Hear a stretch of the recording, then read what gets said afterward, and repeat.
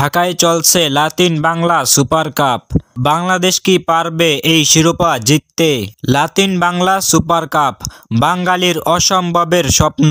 Brazil Argentina ফুটবলের দুই মহাশক্তি, আর অন্যদিকে বাংলাদেশ ছোট দেশ, ছোট ফুটবল ইতিহাস। কিন্তু আজ প্রশ্ন, অসম্ভব কি সত্যি অসম্ভব? ব্রাজিলের ফুটবল ডিএনএ, গতি, ড্রিবল, স্কিল, শত বছরের অভিজ্ঞতা। আর্জেন্টিনা প্যাশন, আক্রমণ, ট্যাকটিক্স। বিশ্বসেরা ফুটবলারদের জন্মভূমি এই দুই দেশ।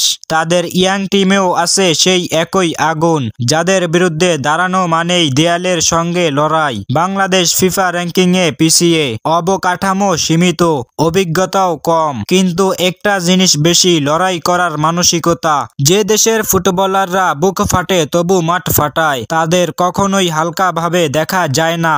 হ্যাঁ, কঠিন হবে, কারণ লাতিন আমেরিকার ফুটবল স্কুলই আলাদা লেভেল। টেকনিক, টেম্পো, ট্যাকটিক্স সবই আধুনিক, উন্নত। বাংলাদেশকে প্রতিটা মিনিট মাথা ঠান্ডা রেখে খেলতে হবে।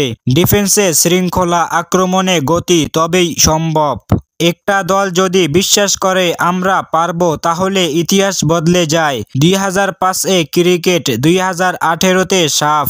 বাঙালি কখনোই শুধু সংখ্যা দেখে জয় পায় না, ফুটবলেও করতে পারে চমক।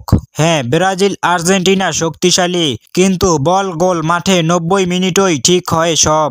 বাংলাদেশ যদি আজ মাথা উঁচু করে খেলে, মনে আগুন রেখে লড়াই করে, তাহলে একটাই কথা, লাতিন বাংলা সুপার কাপে সবচেয়ে বড় চমক দেখাতে পারে বাংলাদেশ। কারণ এ জাতি যখন জাগে তখন অসম্ভবও হার মানে। তাছাড়াও হারুক বা জিতুক, বাংলাদেশ যদি নিজের সর্বোচ্চ দিয়ে চেষ্টা করে, তাহলে দেশের মানুষ তাতেই খুশি।